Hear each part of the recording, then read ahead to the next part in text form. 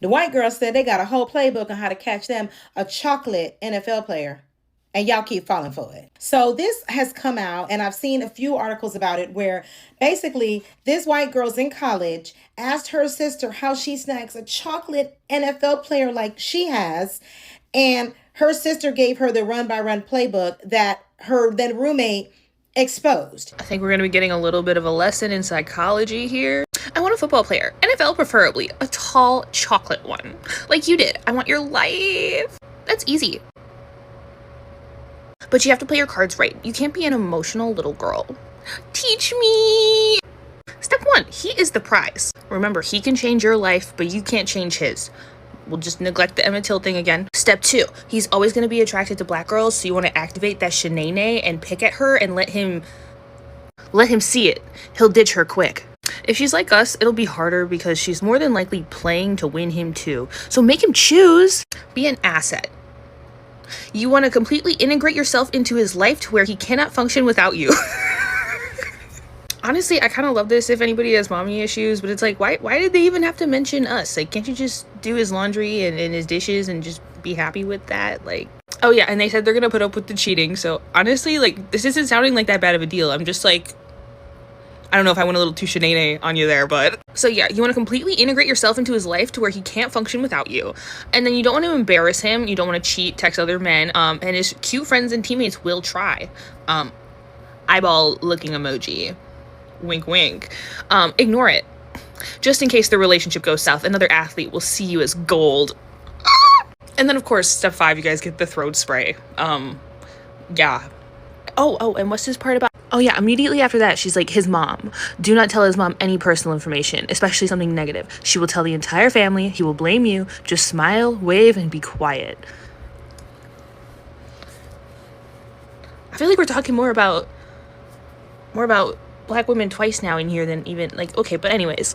Always look good and appealing. Face and hair always has to be done. So, like, no natural baddies. Got it. But black men are shallow. I understand what you're saying. Push for marriage or at least kids, to have multiple kids, and you got him. Oh my god, is that what I am? Is that... No, I'm not. I don't... No.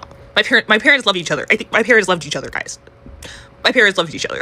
In 2 years on draft day, you'll be a millionaire and all your friends will work hard in school to literally never live the life you live. It's so sweet and rewarding, Lex. I'm in Cancun right now. And then Lex said, and basically her sister's telling her how to go and catch a black man, NFL player, to make her life rich and great. And it's hilarious because I have known all along and have always said white women, for the most part, are sent to college to find husbands. And y'all sons be falling for this shit every damn time. So as you can see here, this is the girl, Halen, and saying, tell me why my roommate's sister is giving her a full tutorial on how to get a top athlete. She even is going so far as to call y'all sons pick-me's. She says right here, rule number 1 is the foundation to learn athlete with a pick-me mindset. So they're going after the guys who basically want to be chosen, which makes me say, what are y'all parents doing at home that your son is such a pick-me that as soon as a white girl gives him some attention, he feels chosen and glorified? It's giving y'all ain't doing your part as black parents at home to instill a sense of self-love and a sense of love of his blackness and love of black women, or etc., and a true sense of pride in himself, that as soon as a white girl, they can scope out the pick-me black boys and they latch onto them. And y'all sons fall for it every damn time. Another thing she pointed out is, let them cheat. Deal with it. Don't go looking for it. If it's just a fling, let it go. Because he's the prize, remember? Because he's a pick-me. So you got to make him feel like he's the prize because he can change your life. Which boils down to what we keep talking about, the fact that they seek these boys out. They don't have any desire for them. And if they weren't playing in the NFL, your son would get no attention. But they seek them out because at the end of the day, it's bringing generational wealth back to their white families. She then makes this claim, as you see below, they're still always going to be attracted to black women, which makes a lot of sense because as a black woman, you often will see when a white woman was with a black man, they be staring daggers at us like we want his ass. And man, we don't give no dams. You can have him. Okay. Because the ones we want don't go over there. So keep him. But as you say right here, she says you should antagonize black women to override activating their inner shenane because that will make him see her and ditch her. So again, parents, what kind of sons are you raising that something like that can make him look negatively on a black woman? It's giving you instilling anti-blackness in your sons. Hate to say it. And it's giving that the white women are choosing racism, because actively antagonizing black women for the purpose of making her look bad to a black man that you want to snag is actually fully and completely racism. In addition to, when her sister asked, I want a chocolate NFL player, they also fetishize your ass and reference you as fucking food. She's got rule number 3, completely ingratiate yourself into your life where he can't function without you. Okay, that also comes back to parents. You didn't raise your son to be independent. So as soon as someone's willing to take over the mama role while he's in college, washing his clothes, cooking and doing all those things, they immediately fall into that because you didn't teach your son how to be an independent young man. Because the black girls that are in college are there because they probably had to sacrifice and they trying to get their education. She's there because mommy and daddy sent her there so she can focus on doing all the things and being a new mom to your son, because she don't have shit else to do but to try to snag him. And then, of course, they put the go wild in bed, do anything and everything to him, and do not tell his mom any personal business, and always look good and appealing. The ultimate ending in all of this is the fact that y'all sons are out here willfully falling for this shit. And a lot of you parents are sitting back thinking, oh, well, Samantha's so nice. While Samantha was all on a mission to get your son's fucking money, because she even makes sure she says, push for marriage or at least have multiple kids. But hopefully y'all will see this and show your sons what the real deal is, and maybe they'll get it together. Because when these girls end up ruining their lives, we don't want to hear about it. So what we just watched isn't just a gossip piece, right? But rather it's a blueprint to a very sophisticated financial heist. We are watching a literal playbook, right?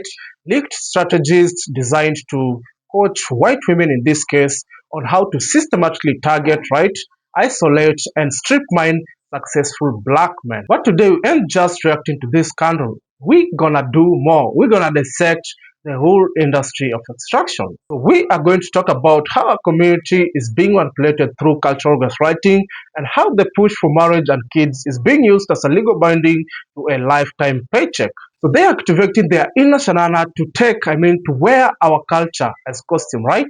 While they plot to take from us. So I'm going to play the rest of this breakdown. Then we're going to come back with a critical analysis on why our community's hard-earned legacy, right, is being treated like a natural resource for everyone else to profit from it, right? So this is about more than sports, right? It's about the survival of black wealth. For those who are new to this channel, this is the Nick Report, and I'm your host, Nick. So officially, I'm welcoming you on board. Don't forget to subscribe, like, and to share. So I am tasked to go right into this video because we have a very interesting commentary at the end of this video. While this step-by-step plan that she's giving her sister has nothing to do with how to build an actual relationship, and it's solely about how to extract from a black man strategically, there's a bigger issue here that we need to talk about. There is a long history and obsession of non-black people accumulating wealth and opportunity through black bodies without ever investing in black people. Someone said once they want our rhythm and not our blues. See, they value our athleticism and our free labor, but then they have the nerve to call us lazy. They want our culture, but not our communities. And they want access to everything that we produce, but they have no interest in our actual humanity.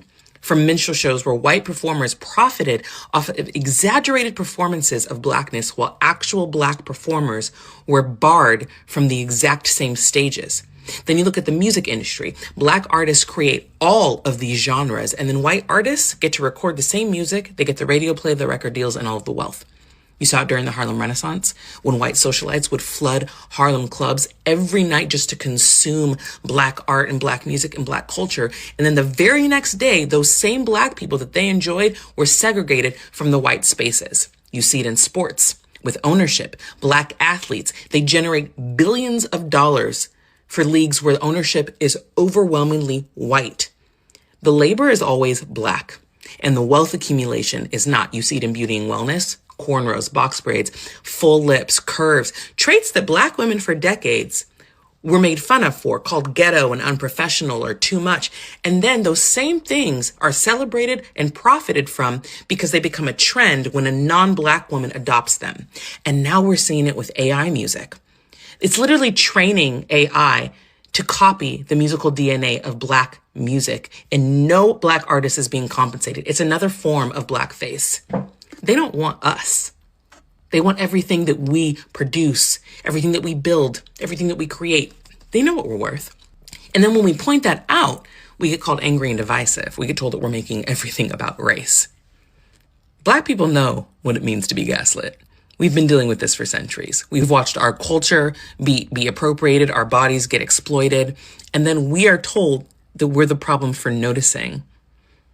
The exploitation is the same, just like the suppression of rights. They know our value, but we're never thinking about them, at least not in the same way. Do you remember when all of them white girls got exposed for that group chat that they had, and they was talking about how black men are so easy and how black men will do anything for a white girl? Because I want y'all to know that that is true, and that is exactly how they see you. I had the unfortunate experience of once interacting with a white girl who clearly wanted me to date her. Although she didn't want me to date her, she wanted me to do other things. So we're talking, and she ended up asking me to come over that night, and I was like, for what? And she was like, you know, we trying to, you know. And I'm like, no, I actually don't want to do that. And this girl gets so mad that I rejected her. She says to me, okay, I didn't want you anyways. I can have any black guy I wanted. Black guys will do anything for a white girl. She said, and I quote, you think you're so special when there are 1,000 men who would want to be in your place. And all I had to say was, go find one of them 1,000. I'm not one of them. And I want y'all black men to know that every time you fiend for a white girl, you just validate that idea in her head. Because in her head, she thought she had a free throw. She thought she slam dunk. I'm black, she's white. I was going to go for her no matter what, right? And when she got rejected, that instantly shattered that entire idea in her head. So what we're witnessing is a domestic version of a story that is as old as time, right? Because for centuries, the world has viewed black talents, black labor, and black bodies as commodities to be harvested, right? From the plantations to the playing fields, the goal has always been the same: extract the maximum value while ensuring the wealth never stays in the hands of the creator. So when you say that we want to bring the generational wealth back to the rightful families, the black families, we are describing a situation where the black community is being drained of its resources, right? Because we produce multimillionaires, but the playbook ensures that their millions are funneled into someone else's real estate, right? Someone else's trust fund, right? So we are witnessing, or we are watching the potential capital, right, for that black land, for that black institution being signed away because we haven't taught our men, right, that their bag is actually a community wealth, right? A black community resource that needs a stress around it, right? So we have to get deep into the Shanana tactic, right? Because these white women are being coached to perform a curated blackness, right? Because they adopt our slangs, they adopt our music, they adopt our aesthetic to create a false safety for the black man. It makes him feel at home, right, with someone else who is actually a stranger to his very own soul. So think about the hypocrisy. Why? Because the world really tells black women that their features are too much or unprofessional, right? But this playbook tells non-black women that those same features are the key to the vault. What do we see here? This is a divide and conquer role or strategy because they weaponize the trauma of the black man by painting black women as the storm, right? They offer a pick-me piece, which is really just a psychological trap, right? Because it separates the black man from his most natural, right? And that is the black woman, leaving him isolated and easier to control. When you isolate a man from his culture, right, you make him an easier target. You make him easy to rob, right? But let's talk about the foundation because the playbook only works if there is a gap in the defense, right? The critique of parenting hits a nerve for a reason. Why? Because we have to ask ourselves, why is the mama role so important for this case? Why is the mama role so effective? It's effective because many of our men are being raised to be the prize based solely on their ability to earn, right? But they aren't taught how to be the CEO of their own lives, how to control their own lives, how to make their own decisions, right? So if a man depends on a woman to manage his schedule, right, to manage his food, to manage his bill, he isn't a king, right? But rather he's the ward of the state. The rule number 3, irrigating yourself until he can't function, is about creating dependency that looks like love but feels like a leash, right? We are raising lions, but we are sending them into the world without teaching them how to spot a snare. So we focus more on the hustle, right, to get out of the struggle, but we forget to teach the discernment needed to stay out. We need to raise our sons who love themselves enough to know that a woman who treats them like a bag doesn't really love them at all, right? And here's the bottom line, right? The push for marriage and bearing many children is being seen here as a legal strategy for a long-term financial extraction, right? This isn't about building a family. It's about a court-ordered wealth transfer. We can't afford to be the world's favorite resource to exploit anymore, right? We need that extra talk in our homes. We need to teach young men. I mean, we young men need to be taught, I included, right, that our success isn't, I mean, just a lifestyle, right? But rather, it's more of a responsibility. It's a community wealth. It's a community asset, right? To buy that black land, to build that black institution for the betterment and for the excellence, I mean, of our community, right? So we have to value our own. We have to value our own culture, right? And to be smart enough, realize when it's being sold back to us as a mere imitation, right? So to protect the legacy, we have to protect our minds first. We have to be transformed in our minds, right? So we need to instill a level of pride that can't be bought with a pick me attitude, right? Because if we do not close this gap, if we will fail to close this gap, right, the playbook will continue to win. So I want to hear from the community. Is it time to change how we talk to our sons about success? And how do we build a defense wall that these tactics can't penetrate anymore? So drop your comments, drop your thoughts in the comments below, and let's create a very engaging community and discussion. So to those who are new to this channel, once again, this is the Nick Report, and I'm your host, Nick. And I officially welcome all of you to this. So don't forget to subscribe, right? Don't forget to like, and don't forget to share this channel so that we may protect the bag, we may protect our culture, right? And that we may protect the future of our community. Until next time, stay sharp. Okay.